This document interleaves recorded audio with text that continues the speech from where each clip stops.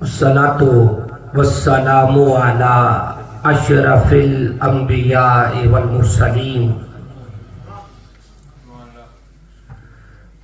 وعلی آلہ و اصحابہ و اولیاء امتہ و اہل سنتہ اجمعین. اما بعد فاعوذ باللہ من الشیطان الرجیم. بسم اللہ الرحمن الرحیم. وَأَمَّا السَّائِلَ فَلَا تَنْهَرْ. صدق اللہ العظیم. قال اللہ تعالی فی شان حبیبہ مخبرا و آمرا ان اللہ و ملائکتہ یصلون علی النبی یا ایہا الذین آمنوا صلوا علیہ وسلموا تسلیما. الصلاۃ والسلام علیک یا سیدی یا رسول اللہ. الصلاۃ والسلام علیک یا سیدی یا حبیب اللہ. بعد از حمد و ثنا میرے نہایتی واجب الاحترام فضیلت الشیخ حضرت علامہ مولانا قاری عمران رضوی صاحب زید شرفہ، برادر عزیز صاحبزادہ والا شان حضرت صاحبزادہ قاضی نوید الرحمان صاحب زید شرفہ، لائق صد احترام علماء کرام، ثناخانان مصطفیٰ، بزرگان دین و ملت، ارباب مدانش، خالق کائنات کی توفیق عطا سے اور اس کے فضل و کرم کے صدقے میں اللہ نے ہمیں اپنی زندگی میں ایک مرتبہ پھر میلاد مصطفیٰ کی بہاریں دیکھنا نصیب فرمائی ہے. دعا ہے اللہ رب العزت ہم سب کی اس حاضری کو اپنی بارگاہ میں قبول و منظور فرما کر اسے ہم سب کے لیے اخروی نجات کا ذریعہ بنائے. وقت اپنے دامن میں اتنا گنجائش نہیں رکھتا، لیکن میں آج یہ منظر دیکھ کر اور اللہ رب العزت کے اس خوبصورت گھر کو دیکھ کر دل باغ باغ ہے اور دل خوش ہے کہ یا اللہ تو نے اپنے بندوں کو اس کی توفیق عطا فرمائی ہے. اور یقیناً میں یہ سمجھتا ہوں کہ یہ یو کے ایک بڑے سینٹروں میں سے، بڑی مساجد میں سے ایک مسجد ہے، اور ابھی اس کا حال یہ ہے اور آگے مستقبل میں جو آپ کرنے جا رہے ہیں اس کی توسیع میں اللہ آپ کو مزید برکت عطا فرمائے.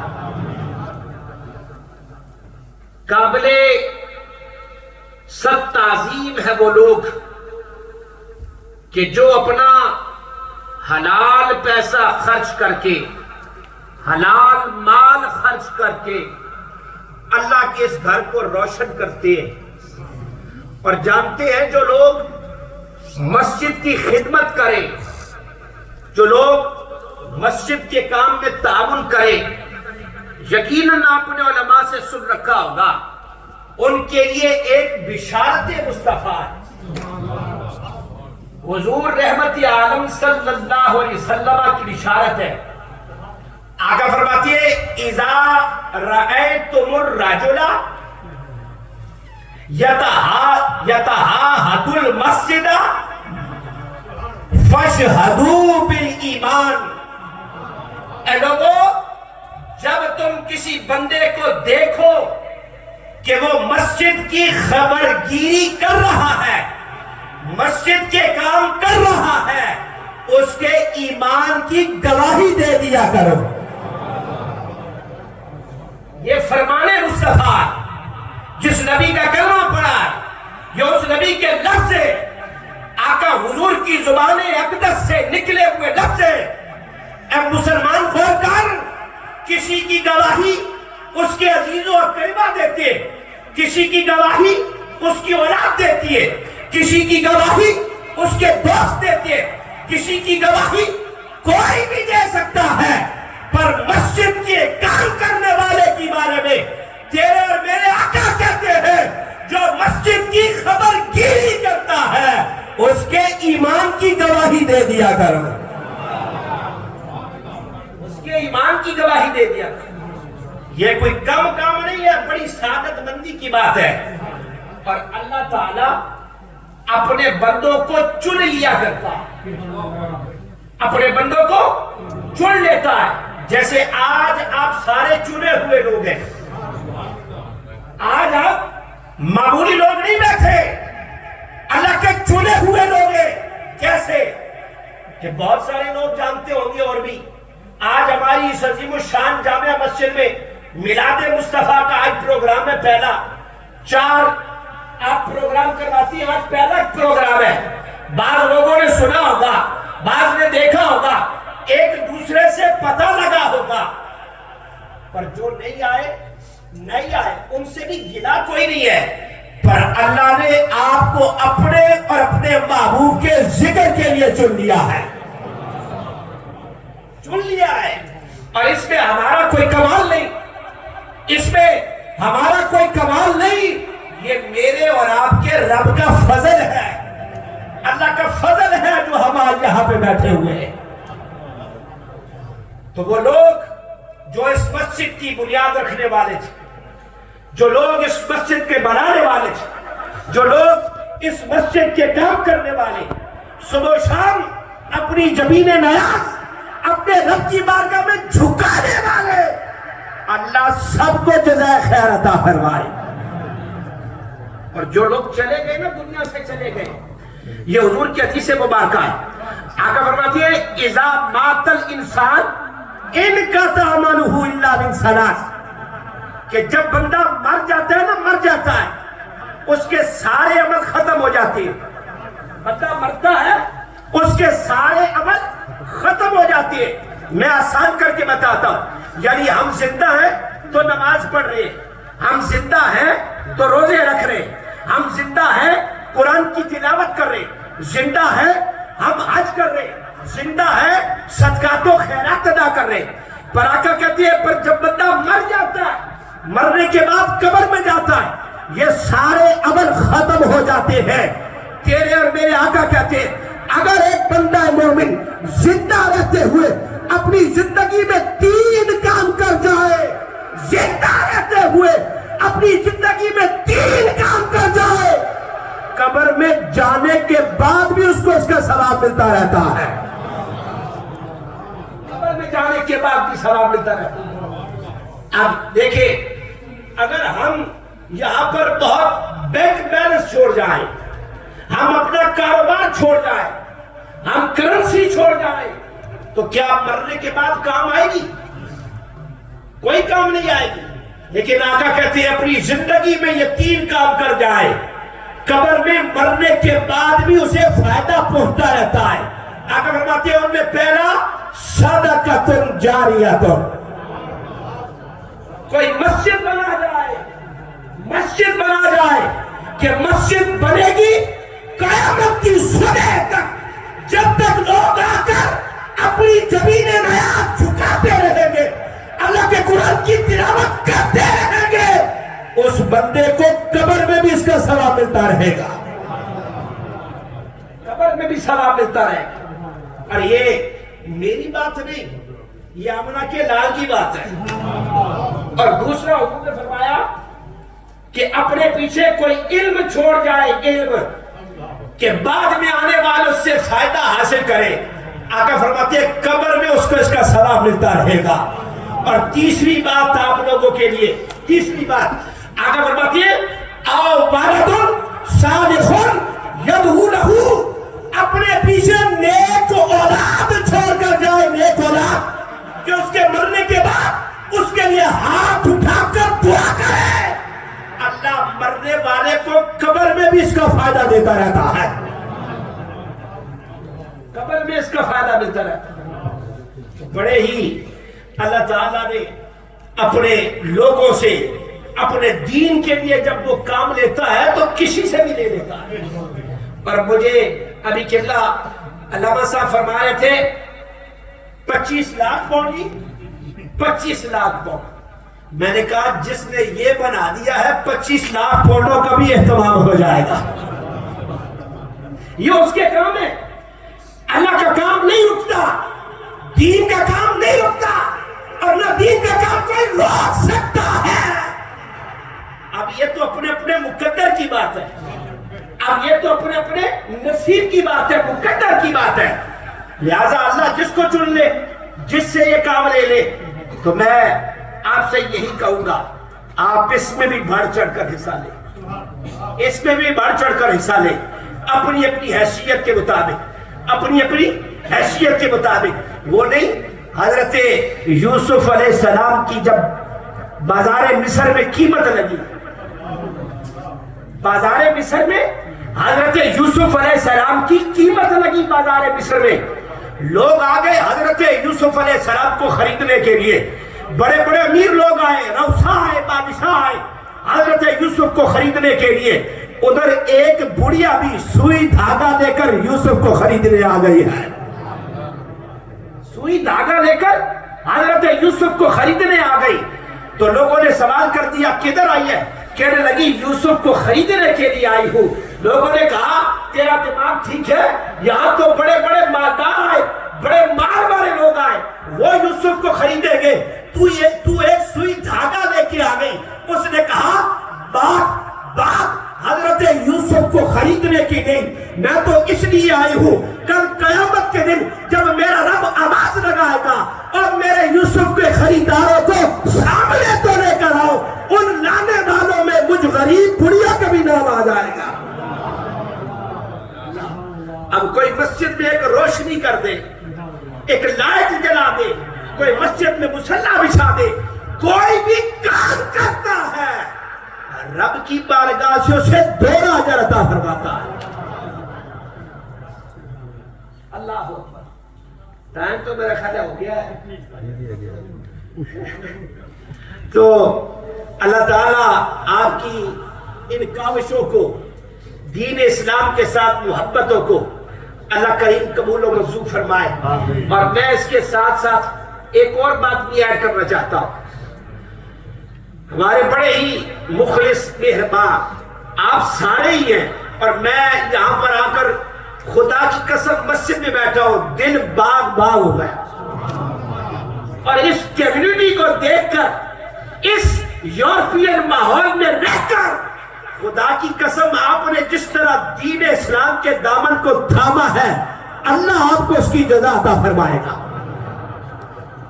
اور میں آج کوئی آپ سے چندہ کرنے نہیں آیا، اور دنیا کے بڑے ملکوں میں سفر کیا ہے، گئے کبھی چندہ نہیں مانگا، ادارے کے لیے چندہ نہیں مانگا۔ الحمدللہ پاکستان میں 1150 سے زائد لڑکے اور لڑکیاں ہمارے ادارے میں پڑھتے ہیں۔ میں صرف ایک گواہی دینے کے لیے آیا ہوں، گواہی دینے کے لیے کہ ہمارے بڑے محترم قبلہ حاجی صاحب ارشد اقبال صاحب ہر سال آپ لوگ جو انہیں امانت دیتے ہیں وہ اسی طرح ہمارے پاس پہنچا دیتے ہیں۔ اللہ کریم آپ سب کو جزائے خیر عطا فرمائے۔ اور یہ کاغذی بات نہیں ہے، لوگوں نے تو کاغذ پہ لکھے ہوئے ہیں، زبانوں پہ رٹے لگائے ہوئے ہیں کہ ہمارے پاس اتنے مدرسے ہیں، اتنے طالب علم ہیں۔ میں نے کہا وہ ادارے بھی موجود ہیں، اداروں کے اندر پڑھنے والے طلباء کرام بھی موجود ہیں، اور جو آپ رمضان شریف میں ہمارے ادارے کے ساتھ تعاون کرتے ہیں اللہ قبول و منظور فرمائے۔ میں نے قرآن کی ایک آیت پڑھی ہے، بس بات جلدی جلدی انشاءاللہ اس کو وائنڈ اپ کرتے ہیں۔ قرآن کہتا ہے وَأَمَّا السَّائِلَ فَلَا تَنْهَرْ، قرآن ہے نا، اور یہ آپ نے ساری آیت پڑھی ہوگی. کیا اللہ فرماتے ہیں محبوب اگر کوئی منگتا کوئی سوالی اے میرے حبیب تیری بارگاہ میں آ جائے اور آ کر اپنا دامن تیری بارگاہ میں پھیلائے, حبیب اسے خالی نہیں لوٹانا ہے, اسے خالی نہیں لوٹانا. کیوں؟ اس لیے کہ یہ اعلان تو نہیں کر رہا حبیب, یہ اعلان وَأَمَّا السَّائِلَ کا تو نہیں کر رہا, تیرا رب کر رہا ہے. اور عربی گرامر کے حوالے سے میں ایک بات کرتا چلوں, یہ جو سائل پہ الف لام ہے نا, لکھنے میں الف لام آتا ہے, پڑھنے میں الف لام نہیں آتا. علامہ صاحب تشریف فرمائے, قبلہ صاحب صاحب تشریف فرمائے, یہ لکھنے میں الف لام تو آتا ہے لیکن پڑھنے میں ال نہیں کہتے, السائل کہتے. عربی گرامر کے حوالے سے اس کا مطلب کیا ہے؟ عربی گرامر کے حوالے سے جو عربوں نے گرامر بنائی ہے, یہ پاکستان میں نہیں بنی, ہندوستان میں نہیں بنی, انگلستان میں نہیں بنی, عرب کے لوگوں نے گرامر بنائی. کہتے ہیں اس السائل پر جو الف لام ہے اس کا مطلب یہ ہے حبیب اگر ایک منگتا تیری بارگاہ میں آتا ہے اور آ کر سوال کرتا ہے, حبیب ایک منگتا آئے 1,00,000 چیزیں مانگے تو اسے عطا کر, اور 1,00,000 مل کر آ جائے اور ایک چیز مانگے محبوب اسے تب بھی عطا کر, اسے تب بھی عطا کر. اس لیے کہ ہم نے یہ اعلان کر رکھا ہے حبیب تیری بارگاہ میں آنے والا, اور رب کہتا ہے اِنَّا آتَيْنَاكَ الْكَوْثَرَ, محبوب ہم نے تجھے کوثر عطا کیا ہے, کوثر عطا کیا ہے. اب ہمارے ذہنوں میں ایک بات آتی ہے کہ شاید کوثر کا معنی کیا ہے؟ کوثر حوض کوثر کو کہتے ہیں. حضور اپنے ان غلاموں کو اپنے ہاتھوں سے حوض کوثر سے جام بھر بھر کے پلائیں گے, اپنے ہاتھوں سے اللہ کے محبوب کوثر کا جام بھر بھر کے پلائیں گے. تو صحابہ نے جب یہ سنا کہ رب فرماتا ہے اِنَّا آتَيْنَاكَ الْكَوْثَرَ, چلے گئے حضرت عبداللہ ابن عباس مفسر قرآن کی بارگاہ میں. کہتے عبداللہ ابن عباس رب نے تو یہ کہا اِنَّا آتَيْنَاكَ الْكَوْثَرَ, اس کوثر کا معنی کیا ہے؟ کیا یہ حوض کو کہتے ہیں؟ حضرت عبداللہ ابن عباس کہتے ہیں سنو, اِنَّا جَمِيعَ نِعْمِ اللَّهِ دَخَلَ فِي الْكَوْثَرِ, اللہ نے کائنات کی ساری خوبیاں سارے کمالات اس کوثر میں رکھے ہیں اور کوثر مصطفیٰ کے حوالے کر دیا ہے.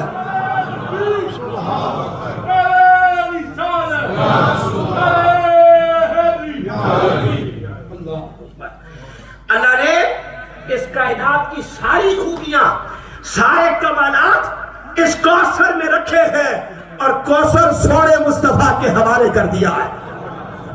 رب نے ساری کائنات بنائی کس کے لیے؟ حضور کے لیے, اور حضور کی وجہ سے بنی.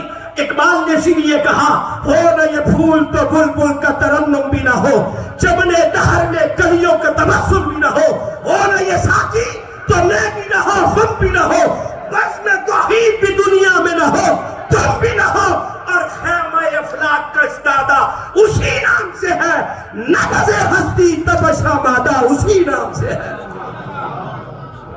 یہ جو کچھ بھی ہے صدقہ ہے محمد رسول اللہ کا. حضور کی بارگاہ سے جب بھی کوئی آیا آقا نے خالی دامن نہیں لوٹایا. حضور کی بارگاہ سے اگر کوئی جنت لینے آیا آقا نے جنت عطا فرمائی.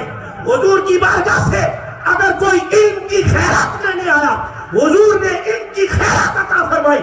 حضور کی بارگاہ سے اگر کوئی شفا لینے آیا حضور نے شفا عطا فرمائی, اور اگر کوئی جنت لینے آیا حضور نے اسے جنت عطا فرمائی ہے.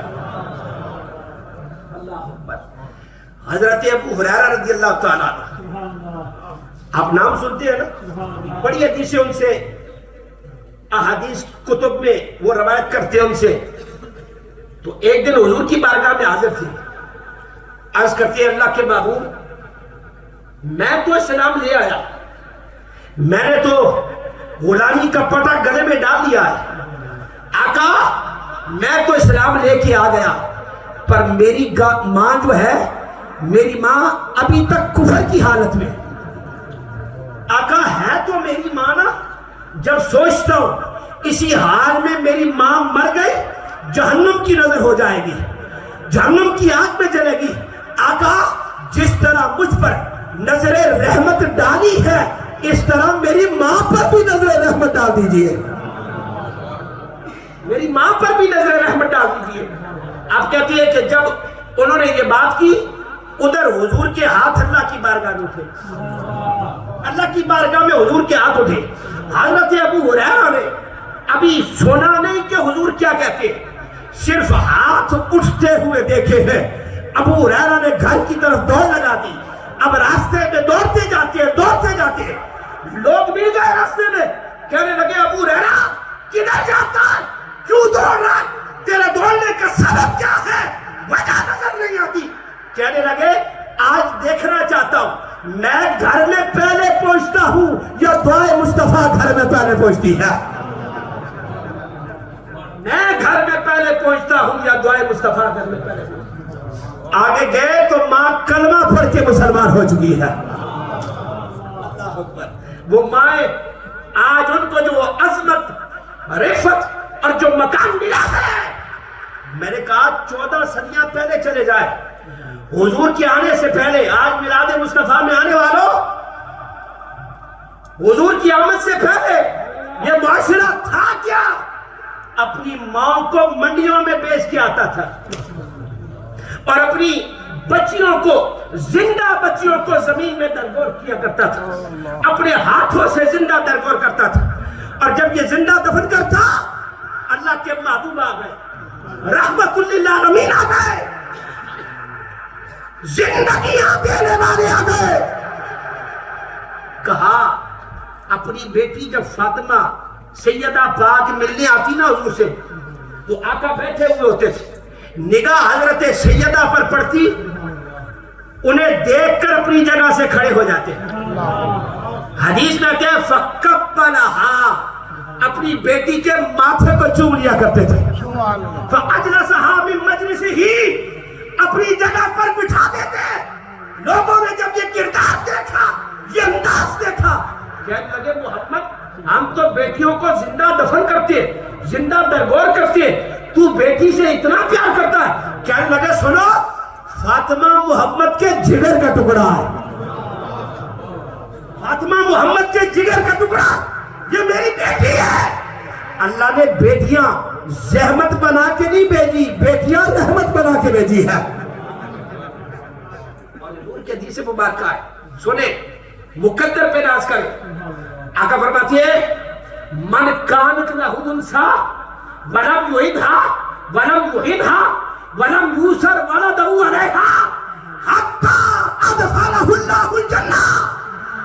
آقا فرماتے ہیں جس کی بیٹیاں ہو نا اور وہ اپنی بیٹیوں کی توہین نہ کرے, بیٹیوں کی توہین نہ کرے, انہیں زندہ درگور نہ کرے اور بیٹی پر بیٹے کو فوقیت نہ دے, اللہ اسے جنت عطا فرما دیتا ہے. جو بیٹیوں کی توہین نہ کرے اللہ اسے جنت عطا فرماتا ہے. اور ایک اور حدیث میں آقا فرماتی ہے کہ حضور کے ایک صحابی ہے, آقا نے ان سے کہا, سوال کیا تو حضور نے فرمایا میرے غلام میں تجھے سب سے بڑے صدقے کے بارے میں نہ بتاؤں, سب سے بڑا صدقہ کیا ہے, سب سے بڑے صدقے کے بارے میں تجھے نہ بتاؤں. کہتے یا رسول اللہ بتائیے. آقا نے فرمایا میرے غلام سن, ابنتک مردودۃ الیک فلیس لہا قاسباً. آقا فرماتے ہیں تیری بیٹی اگر واپس تیرے گھر میں آ جائے تو ماتھے پہ شکن نہ لے کے آئے, اپنے بیٹی کے سر پہ ہاتھ رکھے, یہ سب سے بڑا صدقہ ہے. اور بیٹیاں اگر واپس گھر میں آ جائے تو ماتھے پہ شکن نہ لایا کرے, اس لیے کہ اللہ کے محبوب نے فرمایا یہ تمہارے لیے سب سے بڑا صدقہ ہے. صدقہ جہنم کی آگ کو ٹھنڈا کر دیتا ہے. اللہ اکبر. تو جن بیٹیوں کو یہ عزت, یہ مقام ملا ہے کہ وہ بیٹیاں جن کو زندہ دفن کیا جاتا تھا, اپنے ہاتھ سے اپنا باپ منو مٹی کے نیچے دفن کرتا ہے.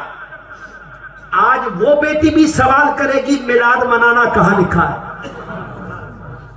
وہ بیٹی بھی سوال کرے گی.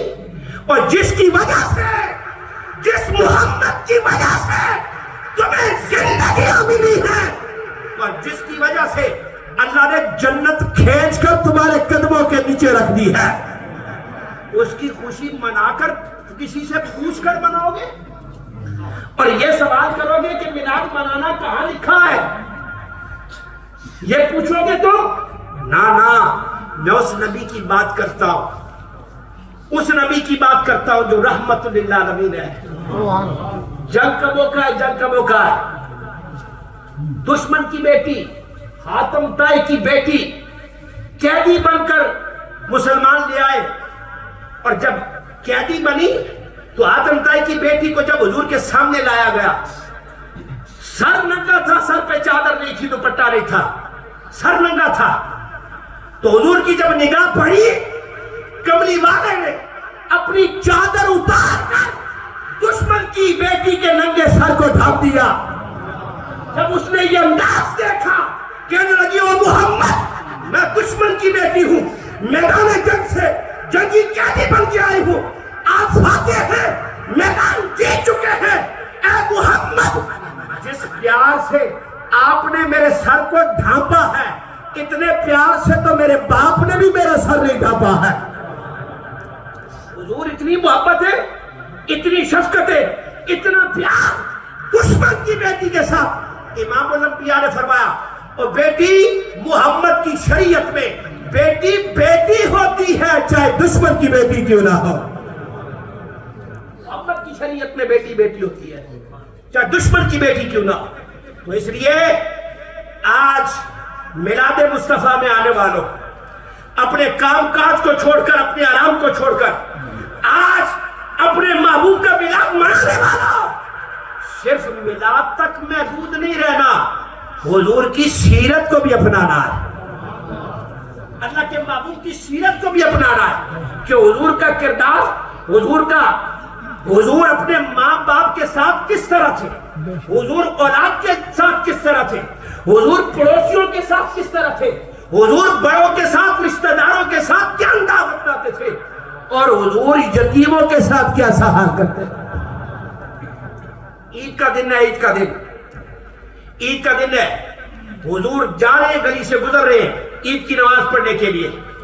تو راستے میں آقا حضور نے دیکھا کہ چند بچے کھیل رہے تھے, عید کا دن تھا, چند بچے کھیل رہے ہیں, اور ایک بچہ سائڈ پہ کونے میں بیٹھا ہوا رو رہا, افسردہ بیٹھا ہے. آقا حضور اپنے راستے سے ہٹ گئے اور اس بچے کے پاس گئے, کہنے لگے بیٹا آج تو عید کا دن ہے, بچے کھیل رہے اور تو کونے میں بیٹھا افسردہ ہے. کہنے لگا حضور آج عید تو ان کی ہے جن کے ماں باپ زندہ ہے, حضور جن کے باپ زندہ ہے, آج عید تو وہ منا رہے کہ آج ان کے باپ ان کے لیے نئے کپڑے لے کے آئے, ماں نے تیار کیا. حضور میرے سر سے میرے باپ کا سایہ اٹھ چکا ہے, میں یتیم ہو چکا ہوں. اللہ کے محبوب نے اس بچے کا ہاتھ پکڑا اور سیدھا گھر میں لے آیا. بیٹی فاطمہ کو کہا بھیجا, بیٹی حسن حسین کے کوئی نئے کپڑے ہیں تو لا دو. کپڑے آ گئے, سیدہ نے تیار کیا, تیل لگایا, سرما لگایا, خوشبو لگائی. اب وہ یتیم بچہ تیار ہوا, اور تیار ہو کر حضور نے ہاتھ پکڑا, گھر سے قدم باہر رکھا. آقا نے پوچھ لیا, او بیٹے بتا عید کی نماز کے لیے جب باپ کے ساتھ جاتا تھا, باپ تجھے کیسے لے کے جاتا تھا؟ کہنے لگا حضور جب مجھے باپ لے کے جاتا تھا اپنے کندھوں پہ اٹھا کر لے جاتا تھا. پھر تاریخ نے عجب منظر دیکھا, اور جس کے سر پہ باپ کا سایہ نہیں تھا, محمد عربی نے اٹھا کر یتیم کو اپنے کندھوں پہ سوار کر دیا ہے.